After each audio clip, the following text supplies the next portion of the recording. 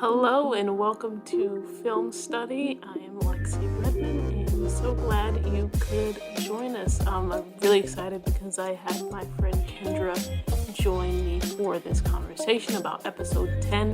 It was a packed episode, so this one is a little bit longer because we're getting into everything, but I hope you enjoy it.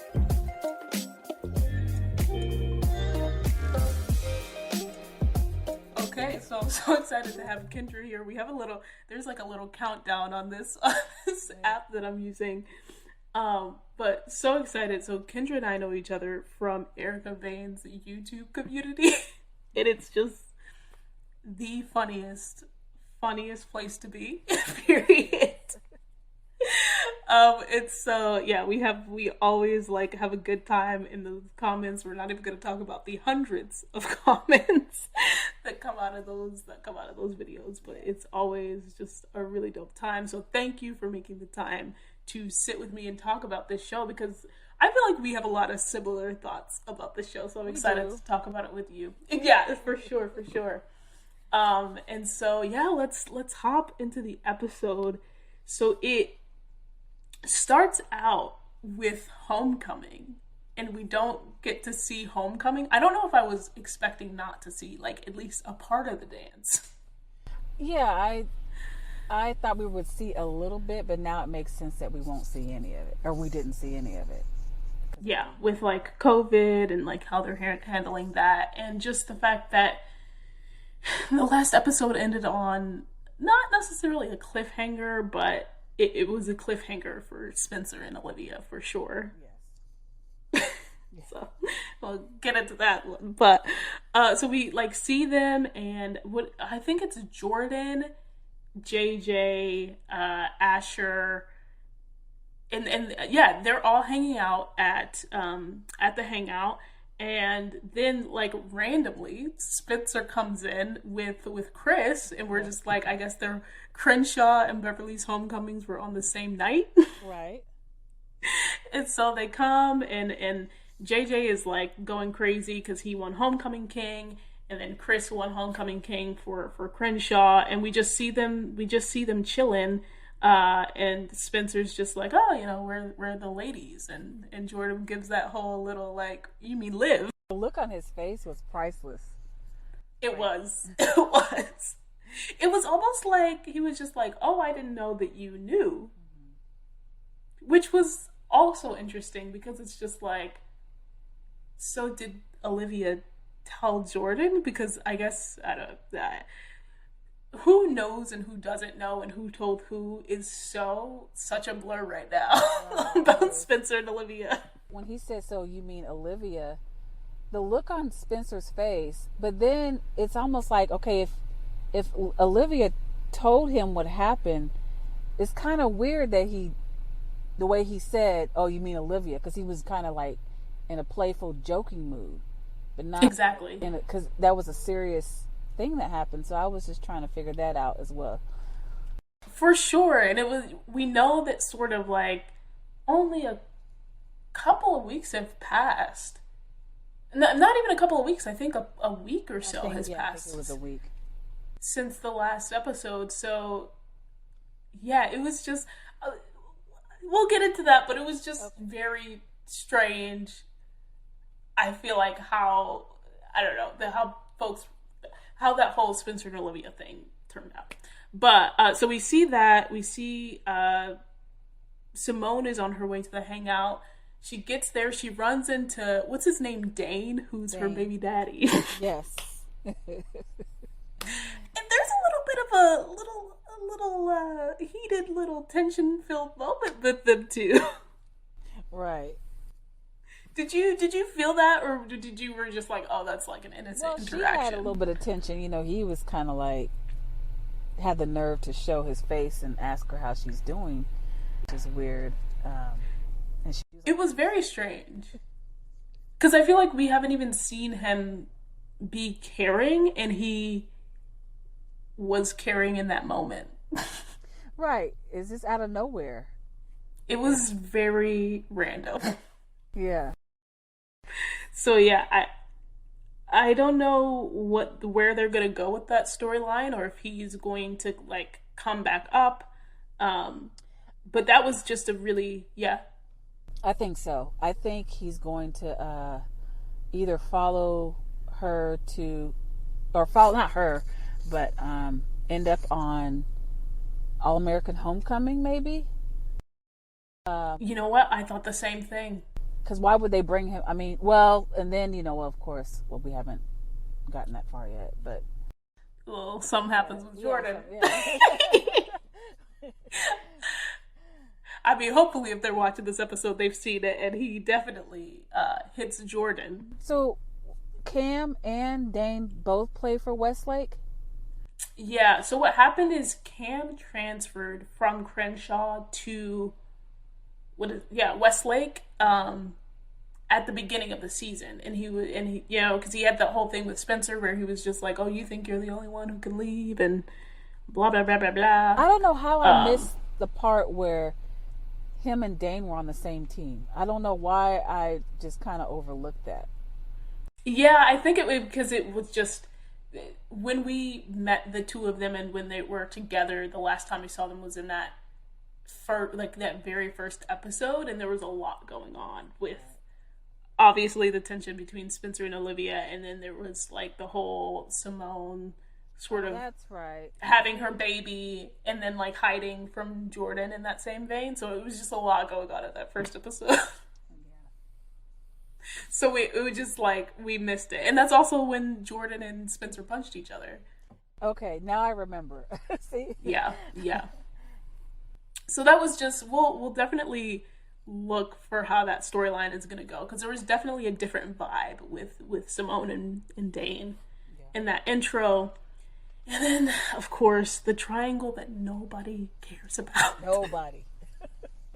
And I don't again, I'm a fan of the show, so I'm a fan of the writers in a general sense, but I just, for the life of me, cannot understand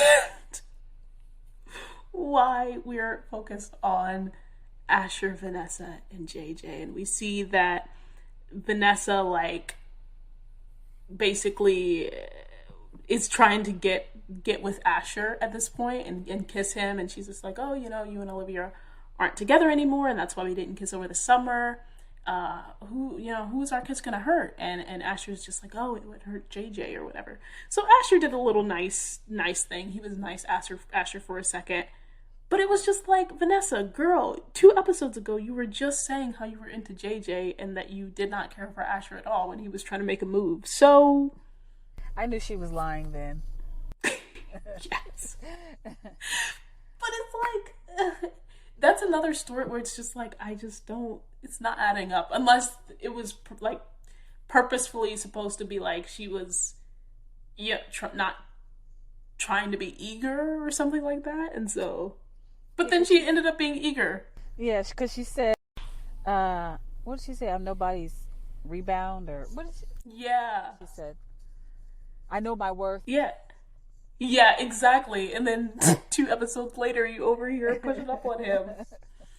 Just, yes, those few. And then there was a very brief moment where Asher and JJ got into a fight. Well, actually, it was more on JJ's end, but that was a little blurb. At the same time, there was a lot going on in this episode. Now that I'm thinking about it. There really is. A lot of people said it was boring, but I thought it was really packed with a lot of stuff. It was packed, and maybe it was like I heard a lot of people talking about the pacing of the episode just because it was so much. And so at the same time, like as they're in Homecoming and right after that moment, they're like switching back and forth between scenes. And so as they're at the hangout after Homecoming and right after Jordan's like, oh, you meet Olivia, to Spencer, we go to where Olivia is, and she is at a new like Narcotics Anonymous meeting, and we see Nurse Joy from, of course, the shooting from last season when she saved Spencer's life, but we see her in a very different vein. And she's the first time we're reintroduced to her, she's like telling Olivia to hurry up and pick a cookie. Like, yeah. Oh my goodness, I'm so glad we're at this part, because this is this has been mind-boggling. Like, just you know, when she says, "Oh wait, don't you remember me?" She said, "You're a long way from home." I really, when I expected her to say, "How are you doing?" I really didn't think she was going to say, "You're a long way from home." I'm like, that's it. It was a very just. It, I looked at it this way. She was like a character that you root for because she was very no nonsense, but the last time we saw her, she was very sort of caring towards Spencer and very attentive towards him, and even attentive towards Liv when she was going through it and saying like, this is your friend, this is your brother, so that she could go in the room and be with him.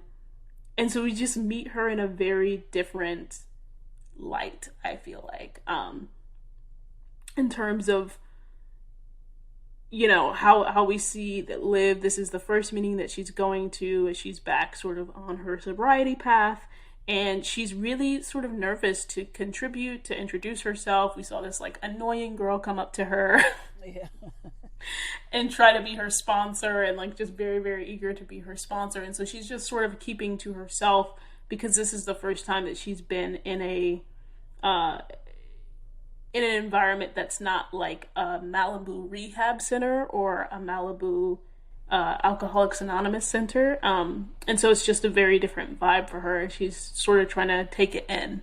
Right. And that goes back to what my thoughts were on that, not taking her relapse seriously or in a different way because she's from a different environment. Yeah, talk a little bit about that, because we had this conversation on YouTube. Yeah, we did. And I thought you made some excellent points. And you know what? We'll go through.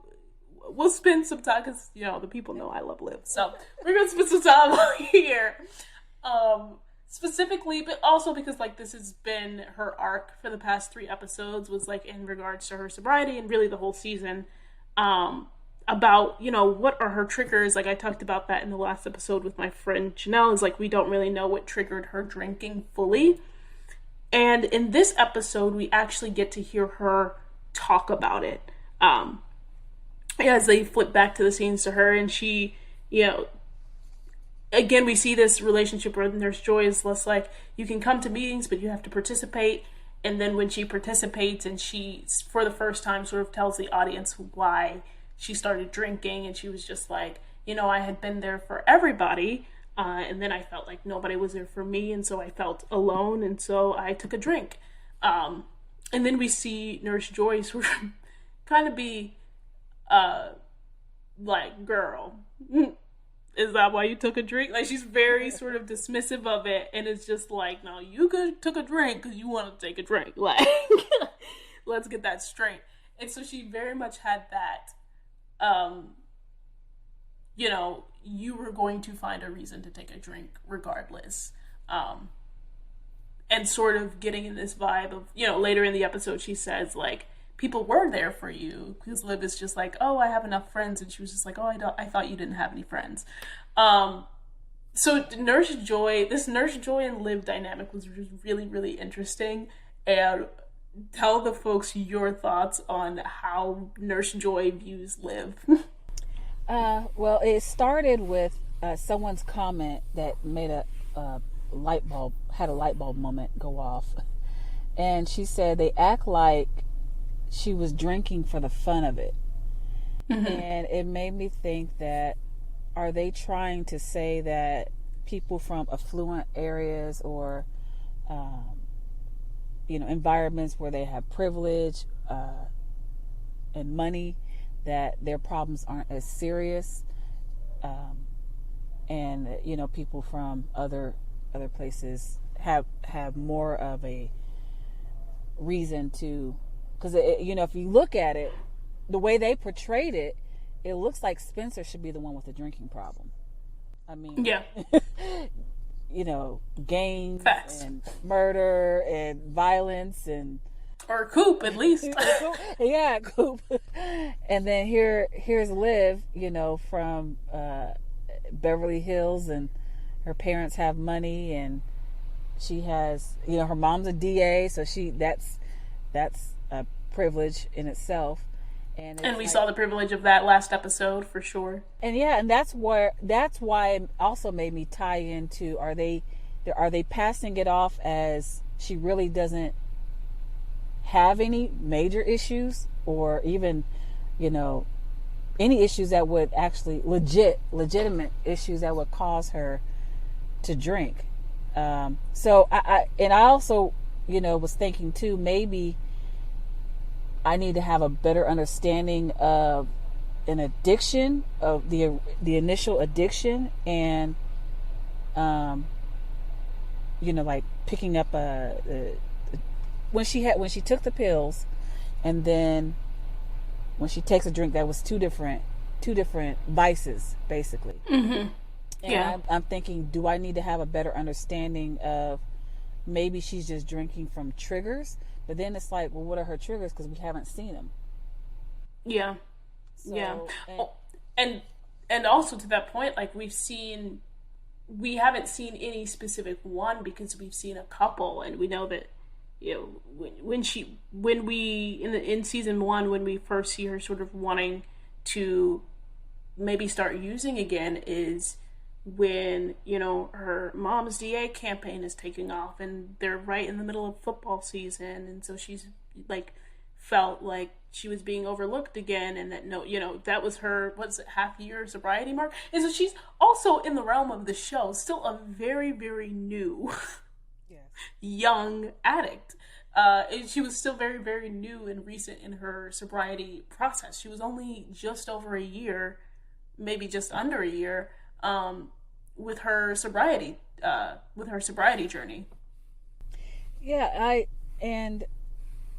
I don't know if maybe there's something we don't know about, AA meetings or something. Yeah. I've always thought, if you drink the way she drinks, she drank at random different times, when she was gonna confront Layla, and when she when she thought everyone was leaving her, end of last season. It's just become this thing that like has her addiction has become this like behemoth in the background. Yeah. Because we see that, this is what I said in the comments on YouTube. I was just like, the most that we've seen her like talk about her addiction besides this episode was when she was calling Leslie and saying, "Leslie, please call me back." Like, we've heard "Leslie, please call me back" more times than we've heard like, "I'm feeling alone" or something of that nature. And so this is how I put it, and to your point, it seemed like the writers were really sort of making this this connection that she really just like is just an addict, and that she was going to find an excuse to drink. But it just came at a very interesting point this season, because we saw her be manipulative. We saw the dark side of Liv. We saw the dark side of Liv for the first time. And so when she was manipulating Spencer and sort of like lying to her family and doing all of this, and then asking Spencer to switch seats. And so we get the realm of that. And then the very next episode, after people have had a whole break, in which they can't really, I don't think, control the breaks, but after a whole break, when it's coming back, then it's like all of a sudden, oh, you know what? You also are just like, I don't know, you're just drinking to drink. It just didn't make sense to me. It doesn't add up. It does not add up. And I mean, I don't know what else to say, because they're making it seem like, even when the nurse said, it was a choice, and I'm like, okay, it really questions how we all view addiction. Olivia. Oh yeah, Olivia. And addiction. You're correct. Because I'm like, I've always thought that if you drink like that, then there's a reason for it. You know, there's a traumatic experience, maybe PTSD or, you know, and then it kind of question, you know, you kind of bring up the question, well, what I know she said she wanted to be seen, and so she started taking pills, and they didn't recognize until she, you know, pretty much almost died. But maybe there's some underlying internal views on herself, and maybe that's why her self-worth or something like that, that maybe why she's picking up the vices. Maybe we'll see that. Yeah. But I expected something way more. I really expected it to be about the shooting.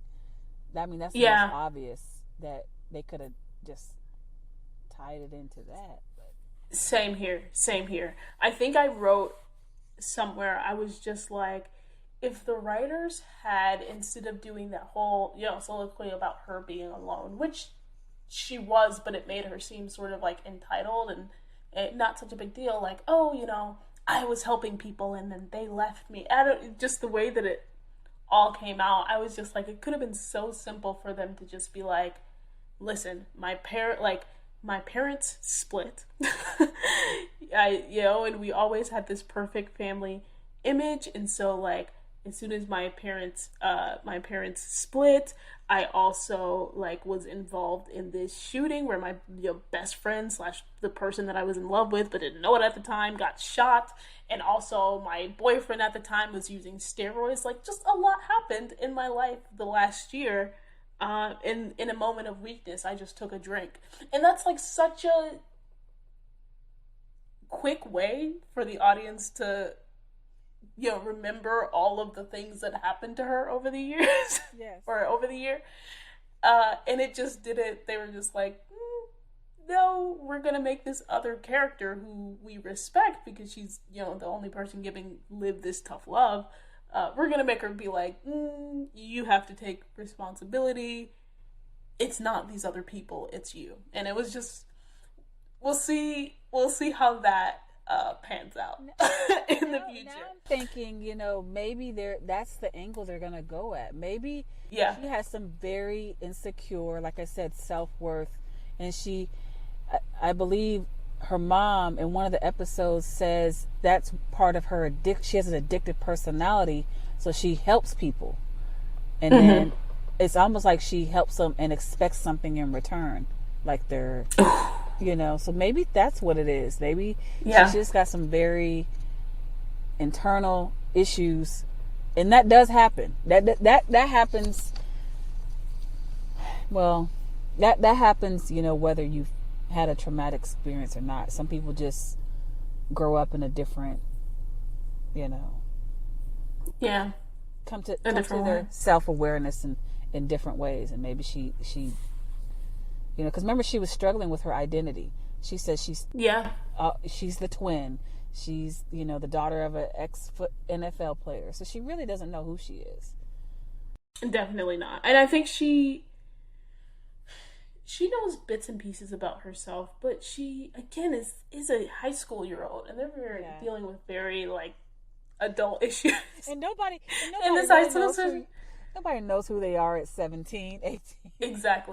Exactly, and Liv is she's in a very heightened reality. So we'll see where that goes. That's sort of where her storyline is, and then we jump back, and there's really quickly a piece around Coop telling Layla.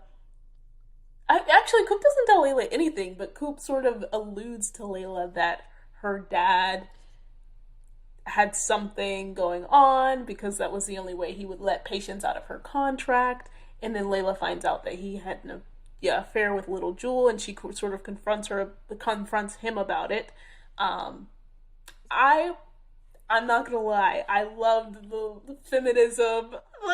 Like, we're not gonna have Me Too in this household. Little monologue that she went in. I was like, you better stand up for these artists, because she was just like, this is now, including her own mother, she was just like, this is now the third artist that you've dated. Like, this is, there are power dynamics here that she knows about. Facts, because she didn't even know about Lil Jewel. So So yeah, but she was like, there are power dynamics here, and so that's, yeah. How would you feel if a producer was doing that to me? So I'm assuming that when Mo brought Coop the papers for Patience, she gave her the papers, right? So Coop Yeah. read them.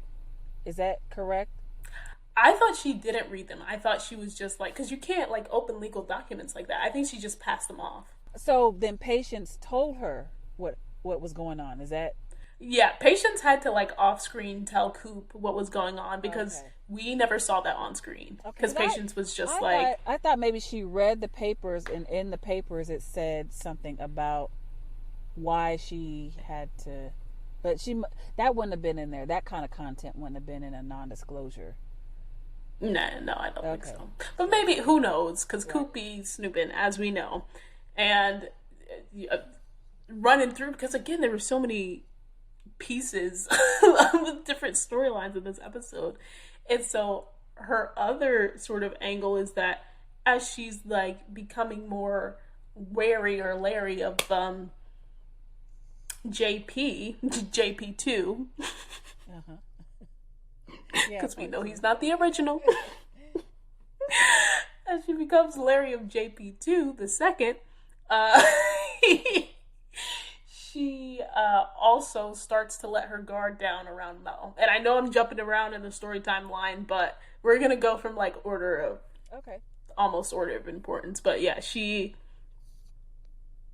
really starts to let her guard down around Mo, and that storyline sort of ends on a cliffhanger with Mo acknowledging that Coop has let her guard down. And this is because Coop has seen like the work that Mo is doing in the community and all of this stuff. Because we see that, yeah, her and Kia are at the Crenshaw hangout, and they're making like, what is it, posters for the protest, for because they're about to get into sort of the Black Lives Matter portion of the season, and we see that they're sort of having like this justice rally. I think it's justice for Tamika. That I think they said her name in this episode. And so we see the beginnings of that storyline happening. And as Coop is observing that Mo has put this all together, she's just like, "Oh, maybe I was wrong. Maybe you are a really dope person." And as soon as Coop says that, Mo is just like, "Ha! I have you right where I want you." Yeah, I'm still not sure what Mo is. I have no clue. I have no clue what she's doing. I've seen everything from Cooper's going to get killed, which I don't think that's going to happen, based off of NK's podcast interview. That they might set Coop up to go to jail for something, and then they could pull the bait and switch. It could be Yeah, something totally the opposite of. I totally agree. Because I feel like it was a bait and switch already. Like, we were introduced to Mo, and she was very, very obviously like a villain. And then she, turned that on its head at the beginning of this season. And really, like, we haven't seen her do anything bad. Like, she's been chill. And so to have her again sort of do this, like, random turn again to being a villain Yep. was, I have no clue where that storyline is going. And I'm going to be so honest about that. And then remember Preach said he Vouched for her. yeah he checked her out. He went back to her home where not her home, but where she was, I guess, living for the last so many years and doing street activism and all that stuff. And he said she checks out good, and it was kind of like, Yeah. I don't know about all that.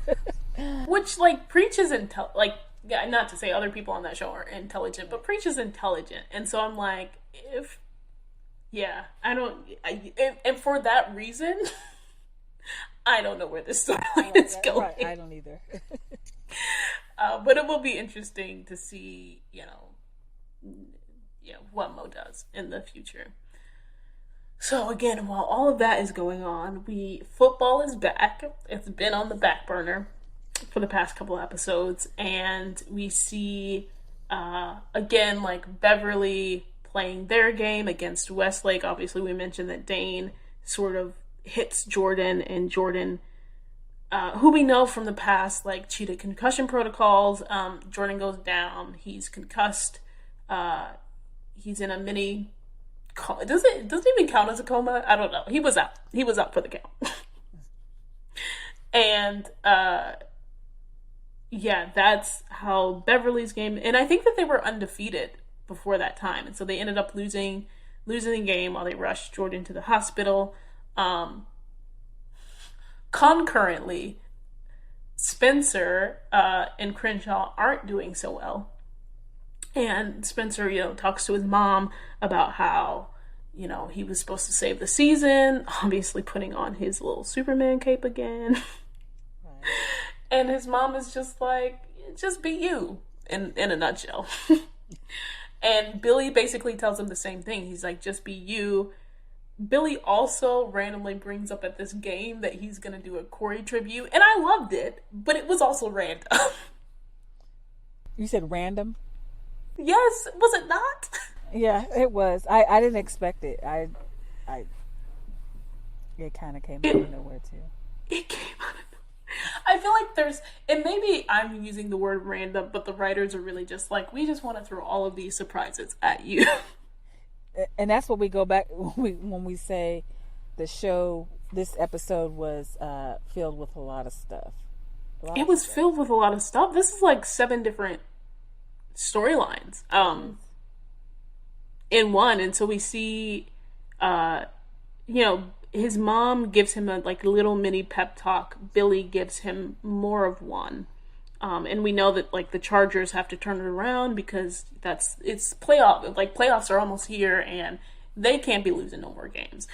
We also see a very, very brief glimpse of Nani, the new female kicker. And I think she botches the kickoff, but then she comes back and she makes extra points and stuff. So she does well, but they don't really focus on her all that much. Someone pointed this out too. They were like, they thought that the guys would make a bigger deal out of having a female kicker, but we didn't really see that. They were just like, yeah, we have a girl on our team. Cool. Yeah, cool. It was literally that. It was no sort of it was like, we got your back. No sort of acknowledgement that this is groundbreaking. But so we see that, and then we see Billy giving again Spencer this long pep talk about his dad and about how his dad has made 7 touchdowns in one game, and how they're going to do a tribute, and they end up doing a logo on the field, which we know is Billy Baker Field from season 1. So on Billy Baker Field, there now stands a logo of Corey James and a tribute to him. And so we see that really sort of revitalizes Spencer, and he goes off and he basically takes over the game from that moment, and he is almost getting 8 touchdowns. And in the middle of his 8th touchdown, I love Spencer, but this is where it's just just break the record, man. Yeah, your father is not going to be upset with you. Right. And he put on a Superman cape.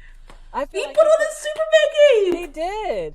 I feel like he did in that moment. He didn't choose himself. He did. This man only be choosing himself when it comes to Olivia messing up, okay? Right. Yeah, he literally. At first, I was not even an episode later. That was so cute what he did, and now I'm just kind of like, no.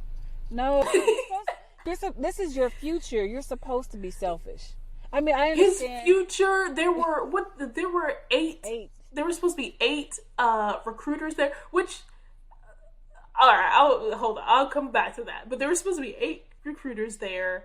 He ain't got no scholarship, or he has one. No, the scholarship is taken away because the coach from the college is not at the job anymore, and so he literally just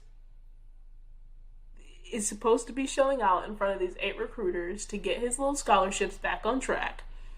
And he's like, no, I'm going to share the record with my dad. And you know what? And that reaffirms that the relationship that he longed for with his dad is going to be a recurring story. I said that. It's going to be a recurring part of his storyline. It's going to continuously come up.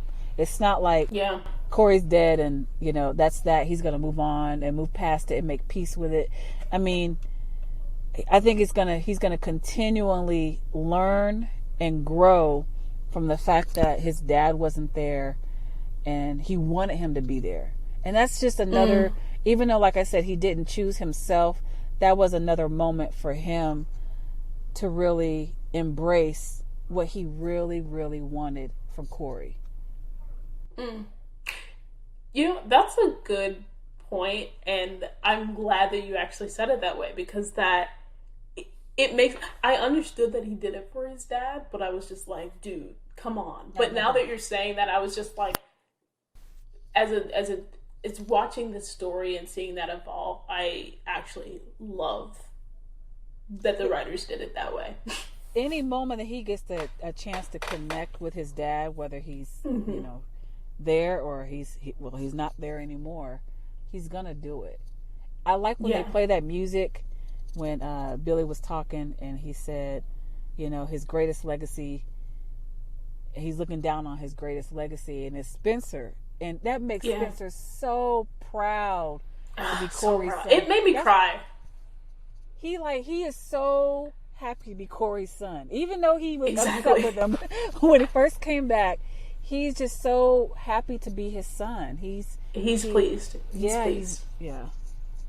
It was such a beautiful, touching moment. And as much as I was rooting for him to break that record, I was just like, I didn't like full on cry, but it was like, that was a teary-eyed moment for me, because Corey was one of the most surprising characters in a good way. Like, we thought, or I feel like the audiences thought we weren't gonna like him, right away, because he's like coming in, he's disrupting their life, but he really turned out to be like such an interesting father figure. Who recognized his faults and tried his best to make up for his faults. I think, go ahead. I'm sorry. That will forever be my favorite storyline in All American is when his dad, from the moment when he tried to meet his dad at that game and he wasn't there, from that episode until, of course, after he passed, but the whole building of the relationship in that short amount of time will forever be my favorite part. Like, it was so that was one part of the storyline that really was, even though he died, that was finished all the way through. And even up until the season, like, I still to this day, I know everybody loves Vegas for obvious reasons, the Vegas episode, but the cabin episode this season, like, just cinematography wise, like storyline wise, the cast being together and it not being like a big dramatic thing, even though it was teen drama, but it was, and I think that was the title, right? Oh no, it was Teenage Love. It was Teenage Love. But the cabin episode and the way that they incorporated his letters was just, it was amazing. It felt like I was watching a new show, to be honest. Oh. So I really liked that episode and how they incorporated I like Corey. that one too. And so, this was a point I was going to bring up. I don't know if you caught this or not. Did you hear that? Because Billy and Coach Montaz also had like a little small moment in this show where he was just like, "Oh, why'd you tell?" He told Jordan that Jordan was also having like recruiters to his game. And Coach Montez was like, "Oh, I didn't want to tell him because sometimes he clams up," which actually has been a part of his storyline of like clamming up in big moments. And I was just like, wait, it's like the same number of college recruiters. So did Billy lie to Spencer about recruiters being at Crenshaw's game and they were actually at Beverly's game? Well, I thought he said that. I thought he told him the one that wasn't going to come see Spencer was going to go see Jordan. I'm a little. Okay. Yeah, I was just. It was just a small little moment that I like never. I didn't like go back and check, so I was just like, that was just. I remember watching the episode, and I'm like, wait, there's what's going on here. So you're probably right. You're probably right. I'm just being messy. But yeah, so we see that, and then in the middle of that, like, touchdown celebrations were right after that, after the game, and Crenshaw wins. Billy gets the call that Jordan is in the hospital, and we see Spencer and Billy running up to the hospital. Billy goes to Laura. Yes. Spencer runs to Olivia, and they have a little brief moment, a little brief hug. To her arms. We don't know. There was a little question about who initiated what, but we couldn't tell because Simone was in the way. It was mutual. I keep trying to see, but I think it was mutual. I think he was running towards her, lifting up his arms, and she was lifting up her arms, and it was just... It was a mutual thing. They cannot stay away from each other. I was one of a few who were just like, they need distance from each other after this whole fiasco. I said that too. But they did not keep their distance. In fact, they were... So we, again, see them together. Obviously, they're focused on Jordan. And then, the next thing we see is Laura sort of being a mom and being panicky and... I like how she asking. Says, I like how she says when they after they hugged and they go into Jordan's room. I like how she says, "Come on, Spencer," because he's part of the family. Oh, she said that? I missed that. Yeah, as soon as they finish hugging, cute. They get ready to go in Jordan's room, and she says, "Come on, Spencer," and I was like, "Oh, he's part of the family." They're just so cute. They're crazy though. I mean, they're both. So somebody said Spencer and Olivia invented emotional cheating because they've both been just so in tune with each other throughout the whole series. And as we know, Spencer was with Layla and Olivia was with Asher. Yeah, definitely emotional cheating for sure for a while. And so now that they're both single but also in limbo, and then they know each other's feelings, they're just sort of, they weren't awkward. I wanted them to be awkward. Well, you know what, now that I think about it, because I was gonna say they weren't even weird towards each other, but if you think about it, they kind of were, because trust me, I've been in that situation where you had a fallout or an argument with your significant other, and then the next day you act like nothing happened. There was more important things going on. Even though there's unresolved issues, they're tending to Jordan, and of course that was an opportunity for them to hug and not need permission to do it because of the circumstances. It's true, but they were also standing extremely close together later on in the episode. They were just the point is they cannot stay away from each other, which I feel like we all assumed, but it ended up happening. And so we see Laura freaking out about Jordan and about his state, and she's asking the doctor a series of questions, and then here comes the marriage bomb. And Simone just goes off. And granted, Laura did refer to Simone as Jordan's friend. That was all kinds of shade. That was so That funny. was shade. But we know Laura doesn't like her, so... Yeah, because remember she tried to break that up before. Should she? We, as an audience, get to see them having these little cute moments, and I'm sure she does too, but this is the girl who lied to her son about her son potentially having a kid with her. So from a mother's perspective, it makes sense. So she calls her a friend, which again was shady and messy. And Simone takes that moment to be like, well, what you not gonna do is she got all talk to me any kind of way. talk to me any kind of way because I am a wife and you are not. And so Laura finds out. She comes at Liv and like, did you know about this? And Liv is just like, I did. And she's like, how could you lie to me? And she's like, and it wasn't a lie. There was just a lot going on in this episode. So Laura's upset, but obviously, again, more important things. Billy does not yell at all, which I was again upset about because he was screaming at the top of his lungs last week. Didn't have nothing to say to Simone. Didn't have nothing to say about the whole marriage situation.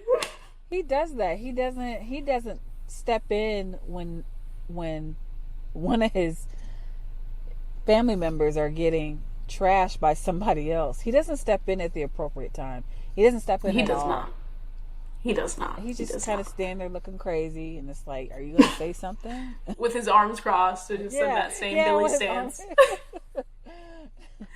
Yeah, it was wild. But everything turned out fine. It was actually kind of it was like a very short hospital scene, like as a collective.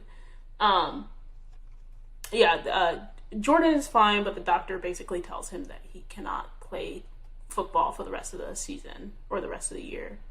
And so that's sort of the cliffhanger that we leave off at. Also, Olivia has gotten Nurse Joy to agree to be her sponsor, and she's just like, all right, but you gonna take responsibility, and we ain't gonna be buddy. So that's sort of how the episodes ends. It's like the Baker twins are down again. Kind of on the rise. Jordan is down more than Liv is down. Liv is sort of on the rise. Spencer is very much on the come up. Right. His mom is just talking about how proud she is of him, and that like the last time they were there, she's the only one who brings up the shooting, to be honest. Right, because she's just like, I remember being at the hospital when you were here. Oh, that's right. At the fountain. Yeah. So that's how the episode ended. It was just a very packed episode. Yeah, it was hard to fit all this material in because there's so much more you could. I do want to say one thing. About Simone at the end. There was two things. Number one, she lied to Billy and Laura, saying she didn't know about him. The concussion? Yeah. Yeah, I was like, you little liar. And she said, I didn't know anything about this, and I guess that's something her and Jordan had worked out, that she was going to say she didn't know. And then when Laura said, we love you and we're here for, or whatever she said after that, Simone is standing off to the side, and if you see her face, she's got this sad look on her face. And I saw that. I don't know if it's because she realizes it may not work, or if she realizes that this kind of goes back to what Monda was saying about I didn't see it before, that maybe she wanted to be in the Baker family. Because they have issues, but her family has way more. Yeah. I don't want to say way more issues, but it's not an environment that is welcoming and, welcoming of other people. And remember, her mom is very, I don't know. Demanding and challenging. Yeah, demanding. Yeah. Yeah, that was a very interesting look that she had at the end there. So I took that as sort of what you said at the beginning, which is like, maybe she's starting to realize that maybe it won't work out between her and Jordan. Obviously we know that she's about to get that pilot, like the backdoor pilot, so she's getting her own spinoff. And so I was just like, is that the beginning of the cracks? Like, we saw the thing with Dane, and then we saw this little look that she gave at the end there. And so I was definitely on the lookout for that for the next couple of episodes. And then I think they're gonna split. Oh yeah, and it's gonna be it's gonna be for a really selfish reason, because Simone is a selfish person. She is. Every decision she makes is out of selfish. You're not wrong. You're not wrong. You're not wrong. So we're definitely going to see how that goes. But I feel like they're at least together in the pilot. So I was very confused. I think that we're going to start to see maybe some more cracks coming between the two of them. I don't think it's going to be like a staunch break. But Laura will probably try to keep them away from each other for the time being. I hope but so. I don't think that's gonna. Laura needs to rediscover her DA backbone, like what made her the DA, because this is the second time one of the twins' friends have talked to her sideways. I know. So I'm interested to see where Laura's storyline goes and what she will be accepting of in the future. They're gonna have to give her some flaws, because she's coming. I like her, but she's coming off. Who, Laura? Yeah, but she's coming off as one of the few characters that really doesn't have any thing going on. Yeah, they need to get into her DA storyline. I agree. And I will say, I forgot to mention this, I love. She's the only family member that we saw actually going to the family therapy. She went to a meeting while Liv was at her meeting. But that's what I wanted to see. I was like, I'm down Billy's for not going. deepening. Not gonna go. Billy is not. We don't even acknowledge Billy. But Laura was great and being a supportive mom, and that's what I wanted to see in this episode, and I did. So I'm happy about that. And then we'll see where this whole Mo thing goes. I feel like we'll definitely get to see a little bit of her more villainous side. But again, we might see her more villainous side. I'll say that. Or we might it might be a little plot twist again, and she's actually totally okay. And she's just like, oh, Coop is finally seeing me for who I am. Yeah, they tend to do that. They tend to pull the, something bait and switch, and then it turns out, oh, just kidding. They're okay. They're good. Yeah, I feel like that's honestly gonna be Mo. Like, I feel like people think that she's gonna turn villainous, but I don't know if I trust it. I feel like she's gonna turn out to be just normal. I do too. Yes. So, but in the next episode, we'll see more of her specifically, because we will see the Black Lives Matter rally that they're doing, and more of Spencer's journey as he tries to figure out which college he's going to, and if he's going to play football, if he's going to get any offers and stuff like that. So it's going to be an exciting episode next week. That's definitely going to be more focus driven than. Yes, I was about to say the same thing.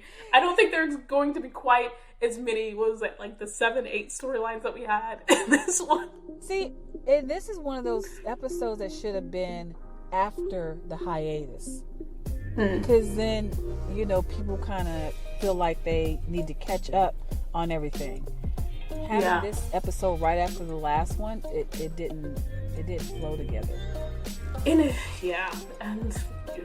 I already talked about how I felt about that in regards to Lynn's storyline, but I acknowledge my bias. I'm gonna say it all the time. But yeah, we'll see.